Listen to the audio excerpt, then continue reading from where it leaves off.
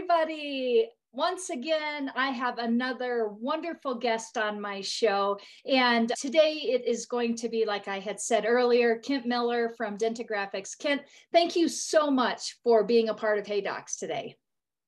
Thank you for having me on, Jill. I'm really looking forward to it. Super exciting. Yeah, thank you. Yeah, absolutely. I have been waiting to get you on the show because one of the main things I do with my startups is we start with demographics, and you and your company is definitely a company that I rely a lot on for my startup doctors. And what I was wondering is if you wouldn't mind just giving us a little bit of background on Dentagraphics and yourself and how you got into this. Yeah, absolutely. So Dentagraphics, we are a market analysis company. Usually you'll hear people call us a demographics company, and that's okay. But I think we do more than just the demographics, and I'll get more into that later on in the call. But essentially what we do is we help dentists, specifically of all specialties, orthodontists, obviously, here we are on Hey Docs, figure out where the best place is for them to start or buy a practice. So we look at things like who lives in an area. We look at the level of competition. We look at, is it a good fit with the kind of practice that you're looking for? And then ultimately, we'll either say, hey, this is a good location, it's a bad location, it's an okay location, or maybe here's another area that you should look at. We offer a couple of different products and services. So we started off as a demographic reports company, which would be like a PDF study where somebody says, hey, I'm in the greater Denver area. Where should I even be looking for real estate? Where should I start my search? And then we would divide that greater Denver area or greater Tampa area or wherever it is, we work nationwide, down into smaller sub-markets where we'd ultimately recommend 2 or 3 areas. Other people come to us with a specific location, like an address of a practice they want to start up at, or of a property that they're thinking about starting up at, or a practice they're thinking about buying, and they just want to know, is this a good location? So that's also a demographic report, that 20-page or so PDF study. And then more recently, we have also launched a platform. So doctors can come to us and get on-demand data. It's really good for people who are a little bit earlier in their search process, or maybe just more of the DIY crowd. If you want to run lots of searches, it's really cool. You can get that data back instantly. You can see where pediatric dentists are and where general dentists are. You can see schools and how many kids go to those schools. So yeah, it's all kind of location-based, helping you figure out really where you're going to be practicing. Now, you might be wondering, how does somebody get into this space? That's usually the look that I get when I tell a stranger what I do. My background is in urban planning. I have my master's degree in urban planning. I always knew, though, urban planner was probably never going to be my title. There are a lot of things you can do with that. And right when I finished schooling, I was working at a nonprofit where one of the projects that we were working on, it was my project, was we would, within the city of Columbus, Ohio, look at commercial corridors with lots of vacancies. So you can imagine these are generally lower income areas. And the city would say, okay, we want businesses to open in these areas. It'll be good for the city, for the tax base. It'll be good for the residents who live in the area.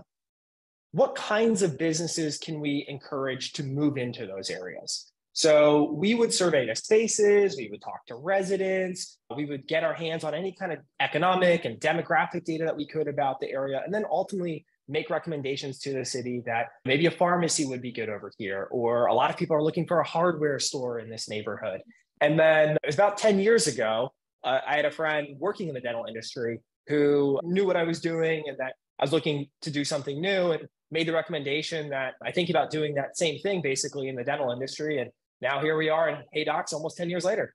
I love it. And I love the progression, but I have to tell you, what you do is so valuable. When I started out 17 years ago in my business, my consulting business, we did some very basic demographics. And let me tell you, it is hard work to pull all of that together and have it look good and make sense. And that's something I've really appreciated about what you do and how your company has put together the reports and the data. It isn't just very one-dimensional. There's so many components that go into that. So congrats on 10 years later and being a major player, I think, in our space, and something that we all really rely on. I know I do when I'm looking at docs that are doing pediatric practices or dental ortho, primarily ortho. I don't do any dental.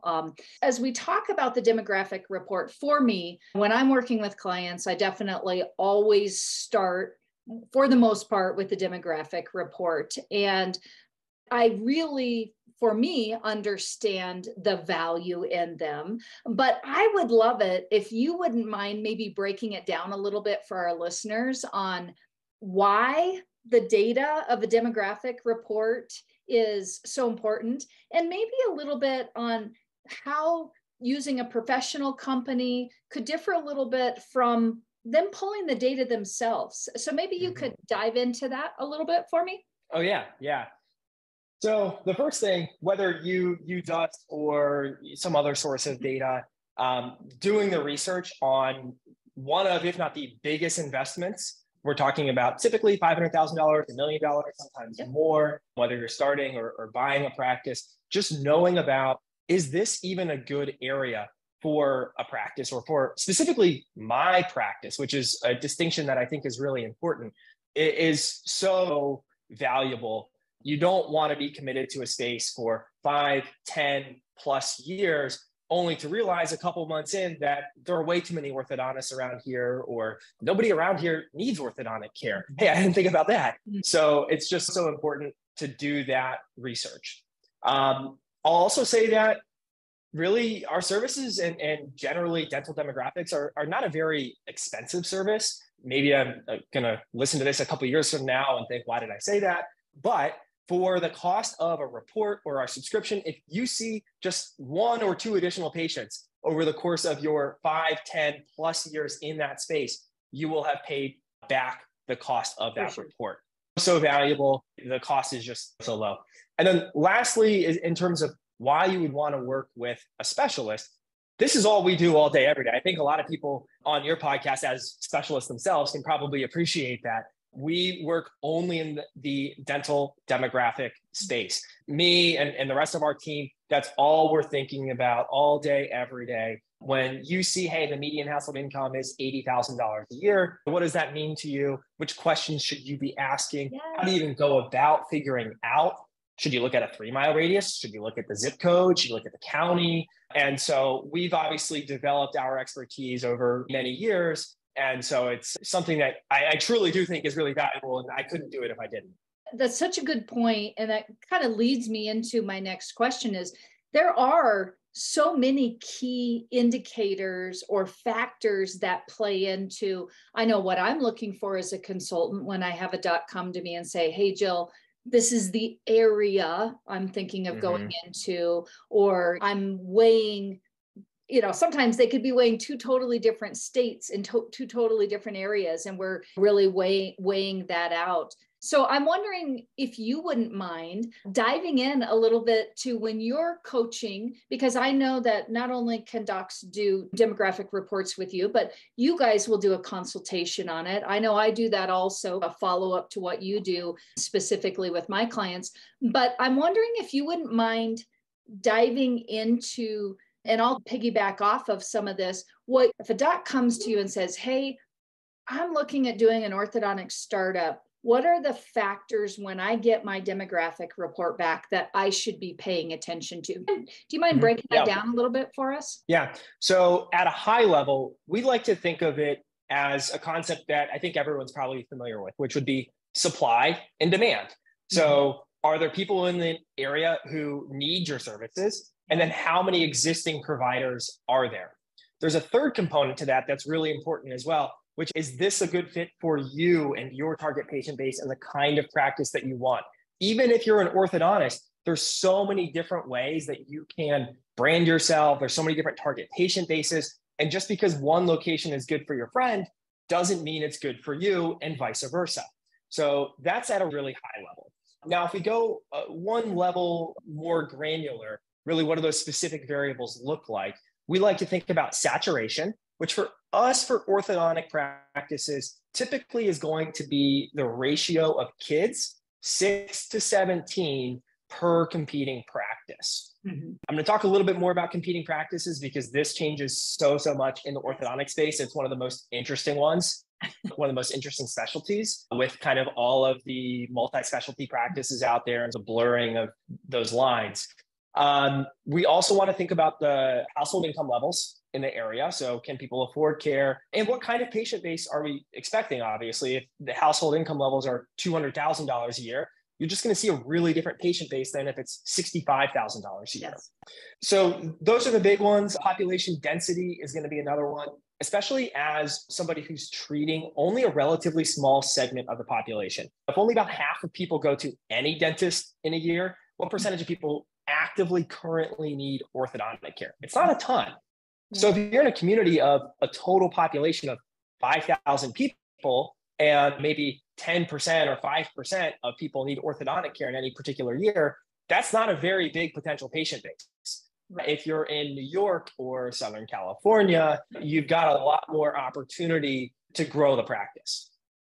Yeah, no, that's such good information and definitely things that I know you really break down in your reports and the exact same things that I talk about with docs when we are looking, because a lower median income, if you happen to be a practice that says, hey, I've got a specific community I'm going after, I want to meet the need of a certain community, this, that, or the other, that may be the perfect demographic, like you're saying, to speak to for one doc.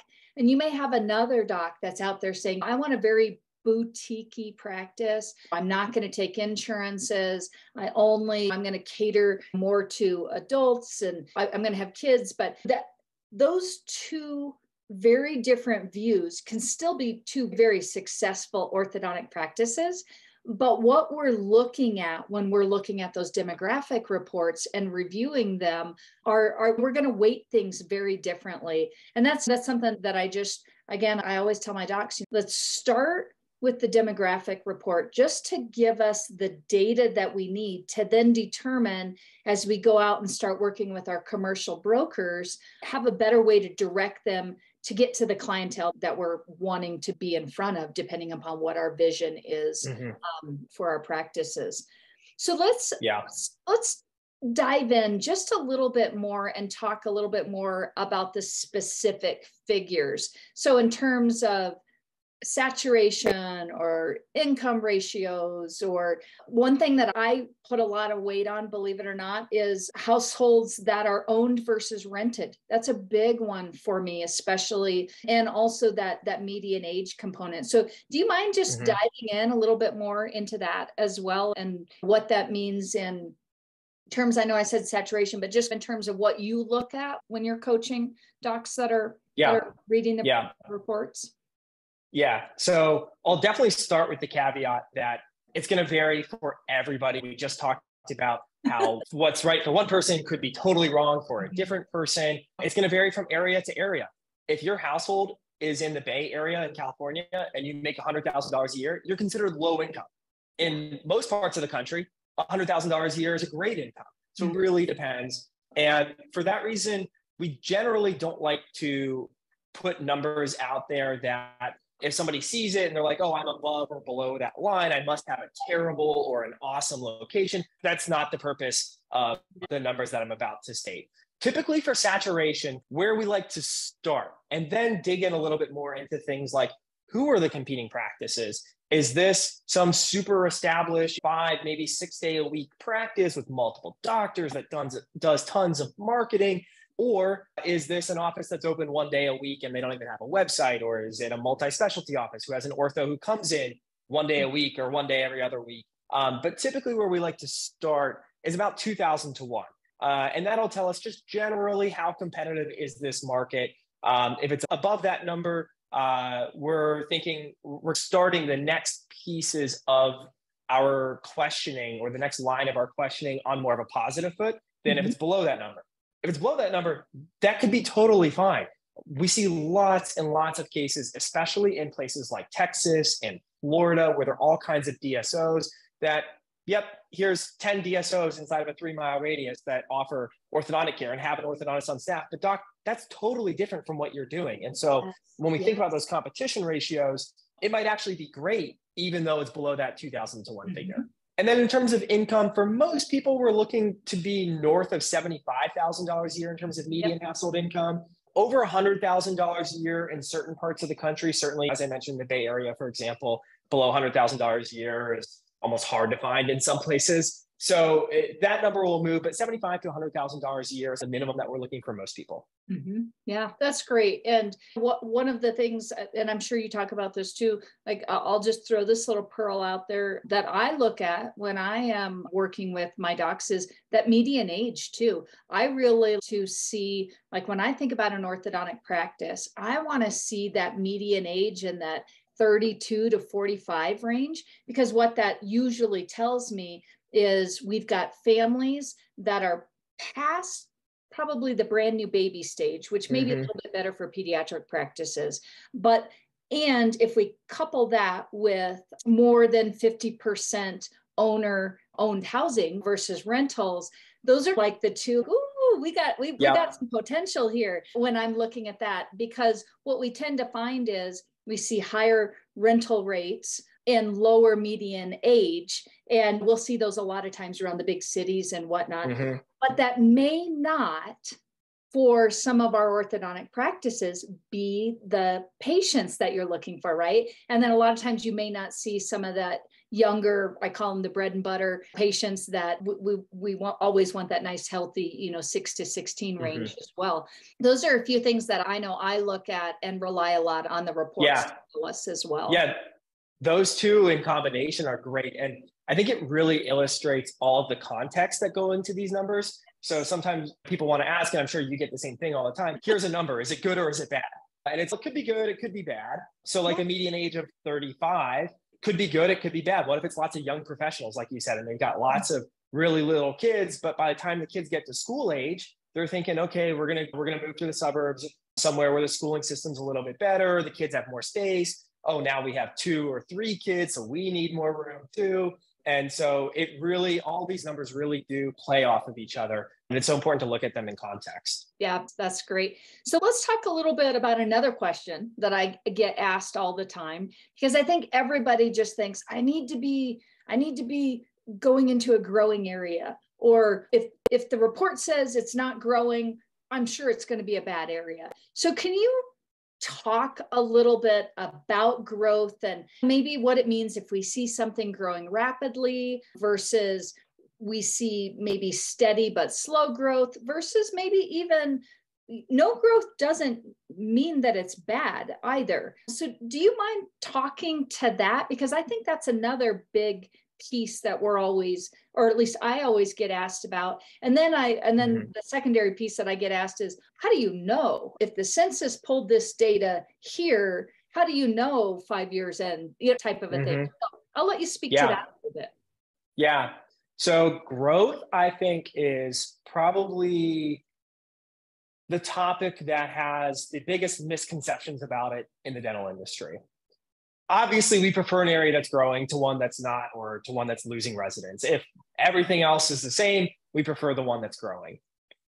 But to me, what's going to be more important is that there is a market for care in the area, and that the level of competition isn't already so high that even if the area is growing like crazy, that you're going to open up in the area. And look, you could be successful, right? Most practices pay back their loans. I'm not sure that's, if just scraping by is the way you want to define success. But you could still be successful in a more competitive market.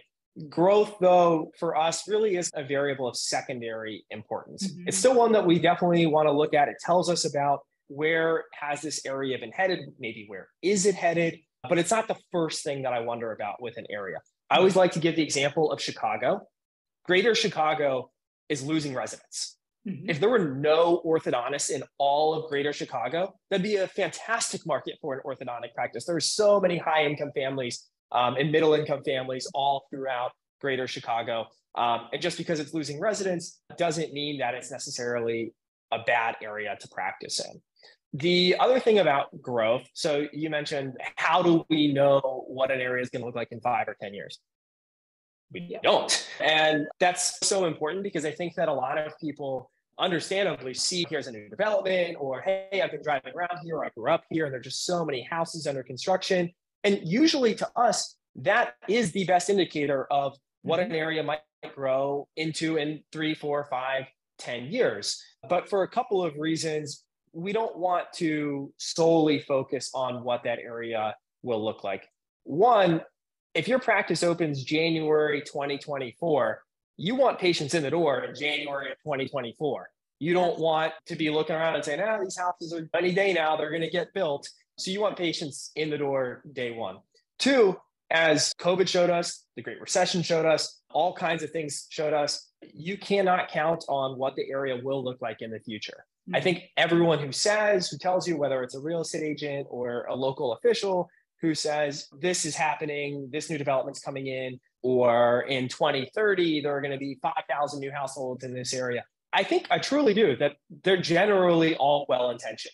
But at the same point in time, it's your business. And if something changes, there's a pandemic or a recession or supply chain issues, or just a specific developer is like, hey, I was going to build that $500 million. It's a lot of money. I'm not going to do that anymore. If your business is counting on that, that's not going to be great. I live actually in Long Island City in New York, where Amazon was supposed to put their second headquarters. And for the 6 months or so that was out there, we got a call probably once a week, maybe twice every 3 weeks, of people who wanted to start practices next to Amazon's new headquarters. Fortunately, I don't think any of them went through with it because Amazon didn't go through either. And so sometimes things can and do change. So just be cautious about when we're talking about growth. Are we talking about literally like tomorrow? Is there a new apartment building that they're cutting the ribbon on this weekend? Or are we talking about 2025 or 2030? And just as we get further and farther out, it's just harder and harder to say what the future will look like. Yeah, that's, again, great information. And one of the things that I have seen also is we have to use the data to give us an understanding of the area that we're going into, but we still need boots on the ground and an understanding of the community that you're going into. And many times you'll see in these new planned developments that housing is always usually the first thing to go up. And they're working on the housing first, way before they're working on the actual commercial real estate that goes in.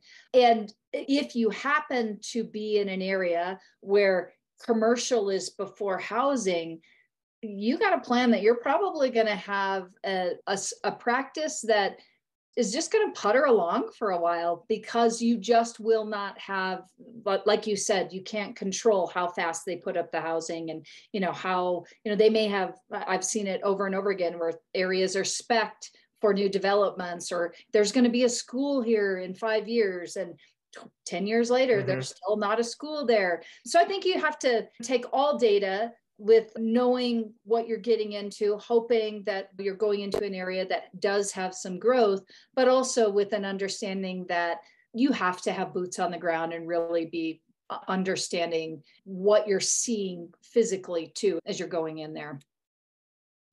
Yeah. There's a combination of what's there now and betting on the trends, and how far into the future are we talking, and are we betting that the trend will continue? Are we betting that the trend will increase? Are we betting that the trend will maybe decrease a little bit and it's maybe a little bit safer that way? So just understanding that the future is not a given. Yeah, that's for sure. I do have one other question, because when we've talked a lot about growth, but I do think there are areas that we look at and we aren't seeing growth. Like maybe we're seeing just, I'm going to say more flat, a flat statistic. And I just want to point it out, and maybe you can also talk just a little bit to this. That doesn't mean it's a bad thing either, because there will always be a shift and a turn in the community. And a lot of times we may just be landlocked. We may be from a geographic location, there can be no more growth or whatnot, or not as much. That there may be some change in what's going on in some of the areas, but it's not like we can have that sprawl that we see in Texas or in some of the other areas. Do you mind speaking to that just a little bit, maybe to put some of my docs that are going into some of the more set areas where they're looking and going, gosh, maybe I'm not choosing a good location because there isn't a lot of growth here. Everything else looks really good, but I don't know about growth. Can you speak to that a moment? Yeah. So, first of all, I would say that while there are limitations on this, usually because of zoning as urban planners, you can go up, you can grow up. You don't have to just grow out. And we do see that happen in time. Places get more densely populated. Also, if you're in a more densely populated area, that probably means you're more centrally located as well. So if you think about how many potential patients live inside of, say, a 10 or a 15-minute drive time, if you're in an area that was already built out maybe 20 years ago, you've got quite a few people who live inside of that 10 or 15-minute drive time.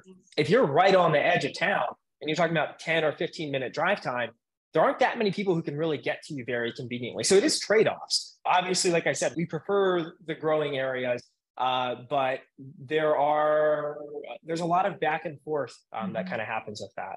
Yeah, great. As we finish up today, I'd love for you to give us and all the listeners here your top 3 pieces of advice for doctors. If they're out there looking to start a practice, what are the top 3 things that you think that they should really be paying attention to? I know we've hit on a lot of them, but I'm sure you've got some more pearls for us. Yeah. So I'm going to go broad here rather than specific. And I think that I used to like to go really specific, but I like the broad now. Number 1, live where you want to live. We get that question so often where it's, hey, I live in New York or wherever, but let's just say New York. Tell me where the best place is to practice. I just want to go wherever I'm going to make the most money, the least competition. Okay, here's a location in North Dakota. I don't want to live in North Dakota. It doesn't have the same type of amenities. I can't fly places and restaurants. And I'm vice versa. If you live in a small town, you may not want the city lifestyle. So really, number 1, think about where you want to live. It's got to be sustainable to you. And I'm not just talking about at the larger kind of city level, but also when you're thinking about how far are you willing to drive every day. This is a commitment you're going to be doing for 5, 10, 20 plus years. So if that 90-minute commute is too long for the next 20 years, keep that in mind before you sign that lease or be ready to move. So number 1, where do you want to live? It's got to be sustainable for you. Mm-hmm. Number 2, and I know we've talked about this a couple of times on this call, but think about what type of practice you want. We do get a good number of early stage doctors who are contacting us, and we're happy to help walk through this. And I know you would obviously be a great resource for this as well, but really think about, what does your practice look like? Who is your target patient base? What is the experience of that practice? And that not only is going to help us create a better report for you, because if I know that you don't want to take insurance, or I know that you really like more of maybe a middle income or blue collar type of community, that's going to help me make my recommendations in the report. But it's also going to help you develop your business plan. It's going to help you develop your brand. And when you're actually in the practice, you're not going to be trying to figure that out so much. You're already going to be a step ahead, as opposed to just fumbling along saying, I'll take anyone and everyone. So really think about who you want. And patients can feel that too. That helps when you're authentic. So think about the type of practice that you want. And the last one is really make sure that you've got a good team to help you understand the data. I would include ourselves on that team. Like I said, all we do is interpret that data and we tell you, look, median age looks good on paper, but actually when we look at the age distribution or we look at the home ownership rate, it's maybe not as good as we might have initially thought. Or saturation looks really competitive, but if we look at who the competing practices are, the sun's a lot brighter. So make sure you've got a great team. And I truly mean it should be a holistic team as well. So we always say that we're about half of the site selection equation when we're talking about market conditions. I'm talking about who lives inside of a 3-mile radius or a 15-minute drive time and how many competing practices are there in those areas. But what we don't touch on, and we love to be transparent about this because we want our doctors to make the best decisions possible, is that the other half of the site selection equation is the real estate side. So what's the visibility of the space? Who are the other neighboring tenants? Parking, signage, what's the layout of the space? Cost per square foot. Don't go to the A-rated market that we said, hey doc, great demand for care, good fit with your target patient base, low competition, just because it's the A-rated market, especially if those properties are way overpriced and there's nothing else happening in them that's going to work. I would rather you go to a B-rated market with an A-rated property as opposed to the A-rated market with the F-rated property, even though I only work on the market side. So you really need to be holistic.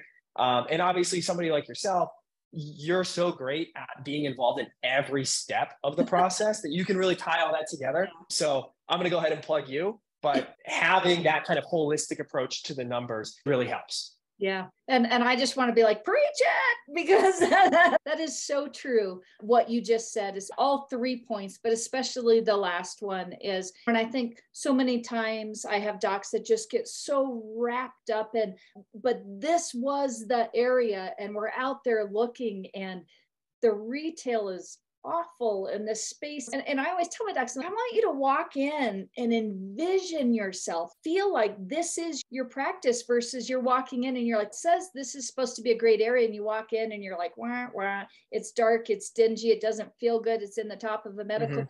There's no parking.